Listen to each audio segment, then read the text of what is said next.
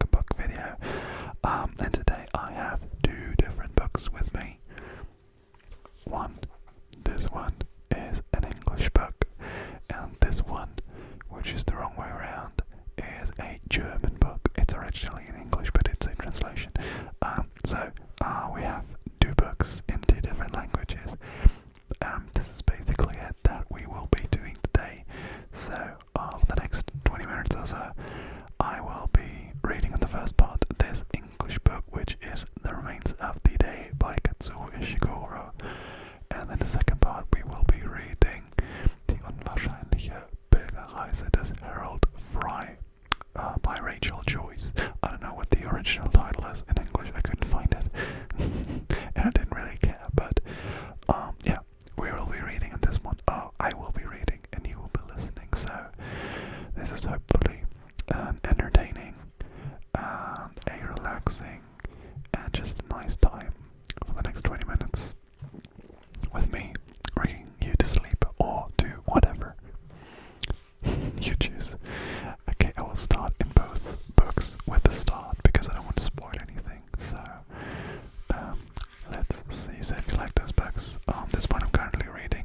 I'm not through yet, but I like it so far. And the other one I haven't read for a couple of years, so I don't know if I can recommend it or not. Okay, let's start with the English book. Have fun. Prologue, July 1956, Darlington Hall. It seems increasingly likely that I really will undertake the expedition that has been preoccupying my imagination now for some days. An expedition, I should say, which I will undertake alone in the comfort of Mr. Faraday's fort. An expedition which, as I foresee it, will take me through much of the finest countryside of England to the West Country, and may keep me away from Darlington Hall for as much as 5 or 6 days. The idea of such a journey came about, I should point out, from a most kind suggestion put to me by Mr. Faraday himself one afternoon almost a fortnight ago, when I had been dusting the portraits in the library. In fact, as I recall, I was up on the step-ladder dusting the portrait of Viscount Weatherby when my employer had entered carrying a few volumes which he presumably wished to return to the shelves. On seeing my person, he took the opportunity to inform me that he had just that moment finalized plans to return to the United States for a period of 5 weeks between August and September. Having made this announcement, my employer put his volumes down the table, seated himself on the chaise longue, and stretched out his legs. It was then, gazing up at me, that he said, "You realize, Stevens, I don't expect you to be locked up here in this house all the time I'm away. Why don't you take the car and drive off somewhere for a few days? You look like you could make a good use of a break." Coming out of the blue as it did, I did not quite know how to reply to such a suggestion. I recall thanking him for his consideration, but quite probably I said nothing very definitive. But my employer went on, "I'm serious, Stevens. I really think you should take a break. I'll foot the bill for the gas. You fellows, you're always locked up in these big houses helping out. How do you ever get to see around this beautiful country of yours?" This was not the first time my employer had raised such a question. Indeed, it seems to be something which generally troubles him.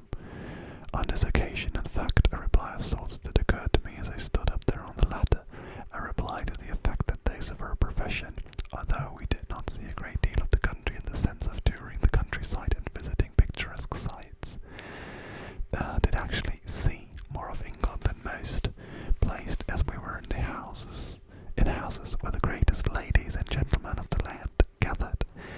Of course, I could not have expressed this view to Mr. Faraday without embarking upon what might have seemed a presumptuous speech. I thus contented myself by saying simply, "It has been my privilege to see the best of England over the years, sir, within these very walls." Mr. Faraday did not seem to understand this statement, for he merely went on, "I mean it, Stevens. It's wrong that a man can't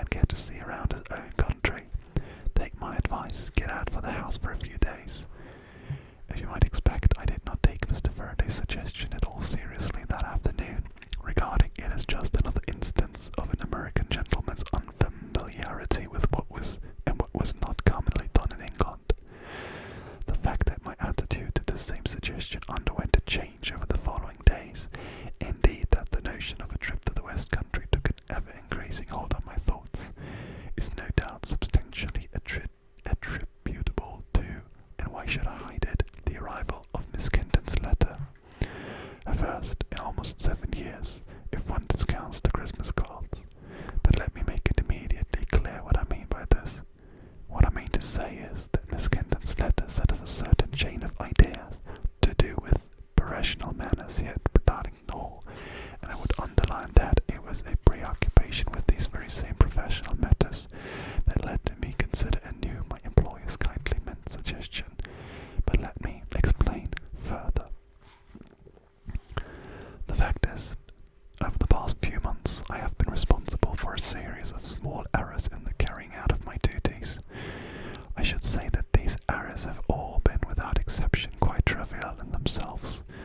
Nevertheless, I think you will understand that to one not accustomed to committing such errors, this development was rather disturbing, and I did in fact begin to entertain all sorts of alarmist theories as to their cause. As so often occurs in these situations, I had become blind to the obvious, that is, until my pondering over the implications of Miss Kenton's letter finally opened my eyes to the simple truth that these small errors of recent months have derived from nothing more sinister than a faulty staff plan. It is, of course, the responsibility of every butler to devote his utmost care in the devising of a staff plan. Who knows how many quarrels, false accusations, unnecessary dismissals, how many promising careers cut short can be attributed to a butler's slovenliness at the stage of drawing up the staff plan. Indeed, I can say I'm in agreement with the cornerstone. I'm in agreement with those who say that the ability to draw up a good staff plan is the cornerstone of any decent butler's skills. I have myself devised many staff plans over the years, and I do not believe I am being unduly boastful if I say that very few ever needed amendment. And if in the present case the staff plan is at fault, blame can be laid at no one's door but my own. At the same time, it is only fair to point out that my task in this instance had been of an unusually difficult order. What had occurred was this. Once the transactions were over, transaction which had taken this house out of the hands of the Darlington family of the 2 centuries, Mr. Faraday let it be known that he would not be taken up immediate residence here, but would spend a further 4 months concluding matters in the United States. In the meantime, however, he was most keen that the staff of his predecessor, a staff of which he had heard high praise, be retained at Darlington Hall. This staff he referred to was, of course, nothing more than a skeleton team of 6 kept on by Lord Darlington's relatives to administer to the house up to and throughout the transactions. And I regret to report that once the purchase had been completed, there was little I could do for Mr. Faraday to prevent all but Mrs. Clements leaving for other employment. When I wrote to my new employer conveying my regrets at the situation, I received by reply from America instructions to recruit a new staff worthy of a grand old English house. But as you know, finding recruits of a satisfactory standard is no easy task nowadays, and although I was pleased to hire Rosemary and Agnes on Mrs. Clements' recommendation, I had got no further by the time I came to have my first business meeting with Mr. Faraday during the short preliminary visit he made to our shores in the spring of last year. It was on that occasion, in the strangely bare study of Darlington Hall, that Mr. Faraday shook my hand for the first time, but by then we were hardly strangers to each other. Quite aside from the matter of the staff, my new employer in several other instances had occasion to call upon such qualities as it may be my good fortune to possess, and found them to be, I would venture, dependable. Okay, I guess that sums up the English reading part from the remains of the day. Like I said, if you like it, read it. I won't be reading it all. Yeah, let's go on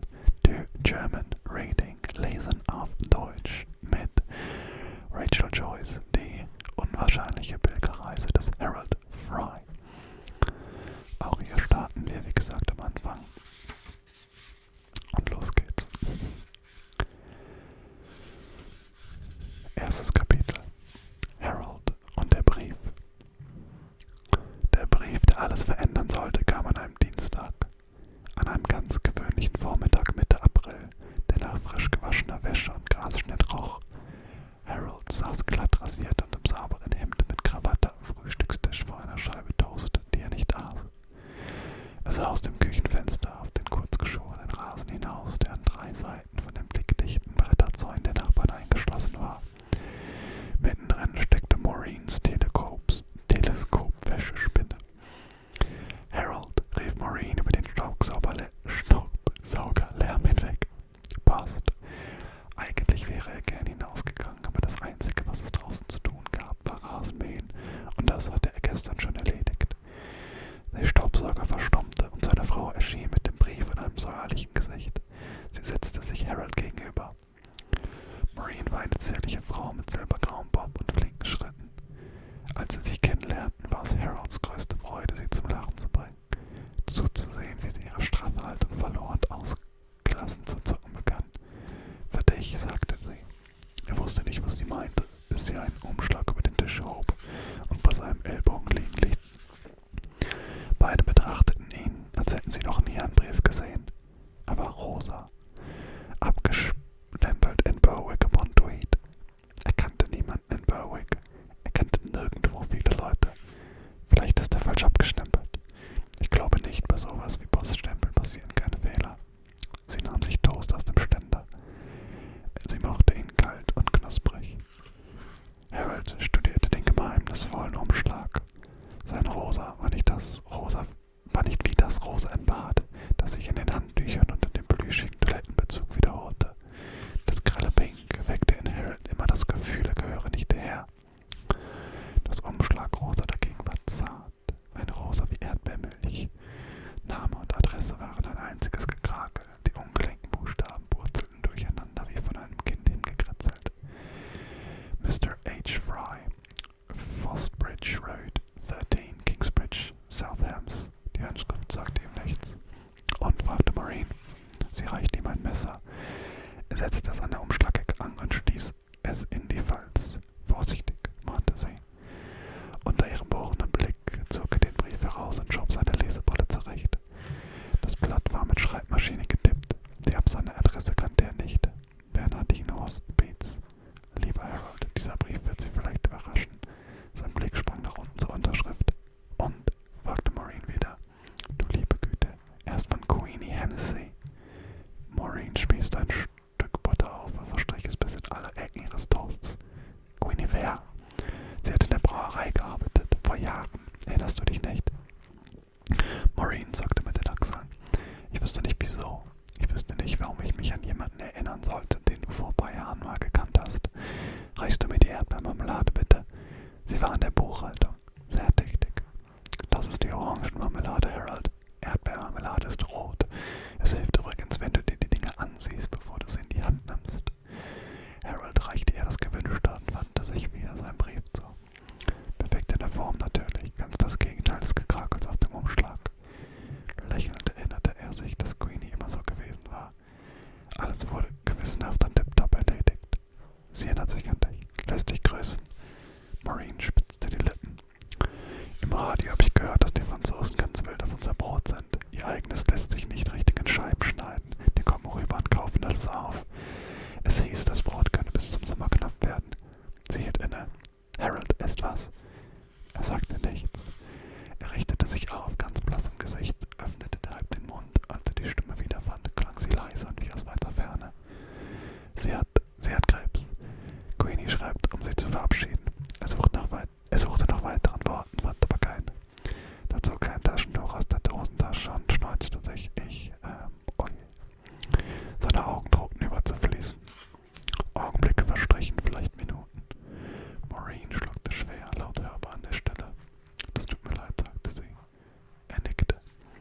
Er hätte aufblicken sollen, konnte aber nicht. Es ist ein schöner Vormittag, setzte sie wieder an. Du könntest doch die Terrassenstühle rausholen. Aber Harold blieb reglos, wortlos sitzen, bis sie die Teller abräumte. Kurz darauf heulte in der Diele der Staubsauger wieder auf. Harold fühlte sich, als bekäme er keine Luft. Als würde, wenn er auch nur einen Finger, einen Muskel rührte, ein Sturm von Gefühlen losbrechen, die er unbedingt unter Verschluss halten wollte. Warum hatte er 20 Jahre verstreichen lassen, ohne nach Queenie Hennessy zu forschen? Wo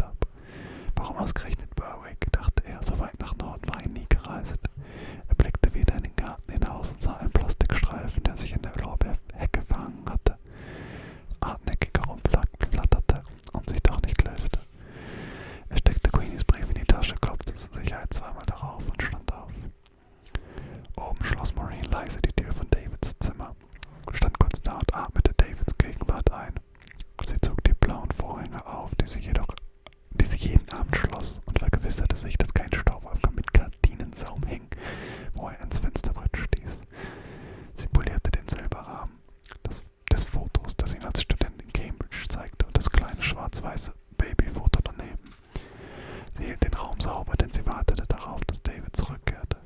Wann er kommen würde, wusste sie nicht. Eigentlich war sie ständig am Warten. Männer hatten keine Ahnung, was es bedeutet, Mutter zu sein. Schmerzlich ein Kind zu lieben, auch wenn es sich längst entfernt hat. Sie dachte an Harold unten mit seinem rosaroten Brief und wünschte, sie könnte mit ihrem Sohn darüber reden. Maureen verließ das Zimmer, genauso leise, wie sie es betreten hatte, und ging die Betten abziehen. Harold Fry nahm mehrere Blatt Briefpapier und einen von Maureens Tintenrollern aus der Schublade. Was sagt man zu einer krebssterbenden Frau? Sie sollte wissen, wie leid es ihm tat, aber mein Beileid konnte er schlicht schreiben. Das stand auf den Karten, die man fertig kaufen konnte, sozusagen für hinterher. Und es klang auch formelhaft, als nehme er keinen großen Anteil. Er machte einen Versuch. Liebe Miss Hennessy, ich hoffe aufrichtig, Ihr Zustand wird sich bessern. Aber als er den Stift hinlegte und den Satz noch einmal überdachte, kam es ihm ebenso steif wie unglaubwürdig vor. Er knüllte das Blatt zusammen und versuchte es noch einmal. Er hatte sich noch nie gut ausdrücken können, was er empfand, war so übermächtig, dass er schwer in Worte fassen konnte, und selbst wenn es ihm gelänge, schickte es sich nicht, so an jemanden zu schreiben, mit dem er 20 Jahre lang keinen Kontakt gehabt hatte.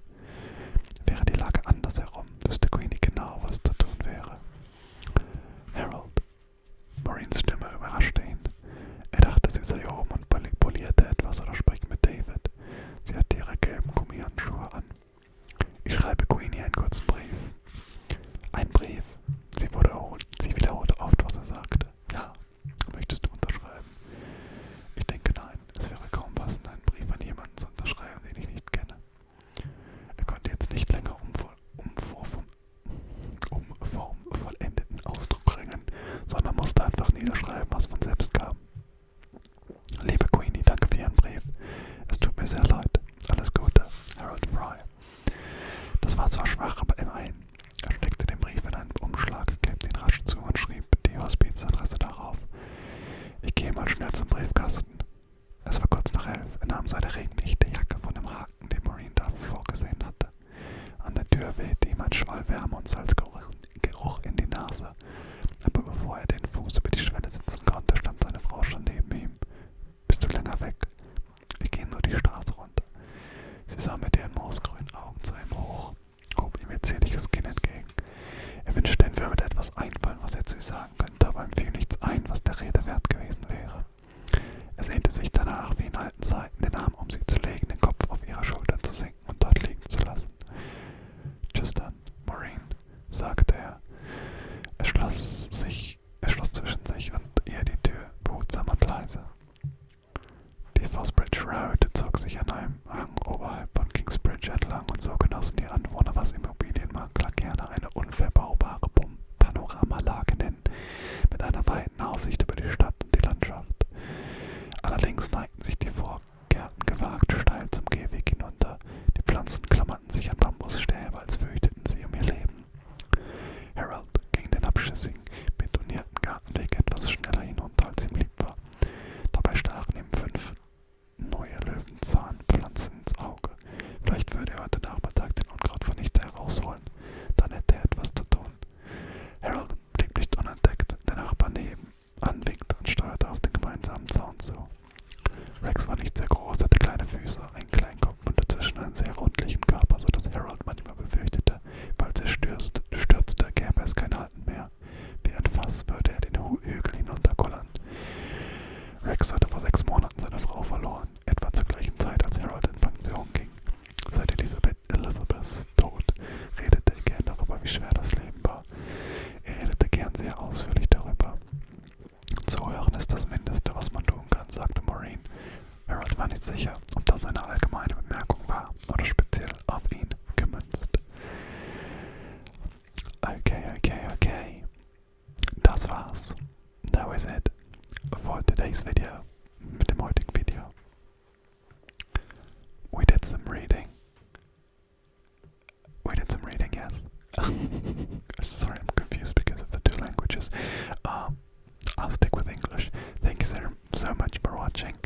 I really appreciate it. I hope that you liked this video. Let me know what you thought in the comments. Let me know other suggestions that you might have.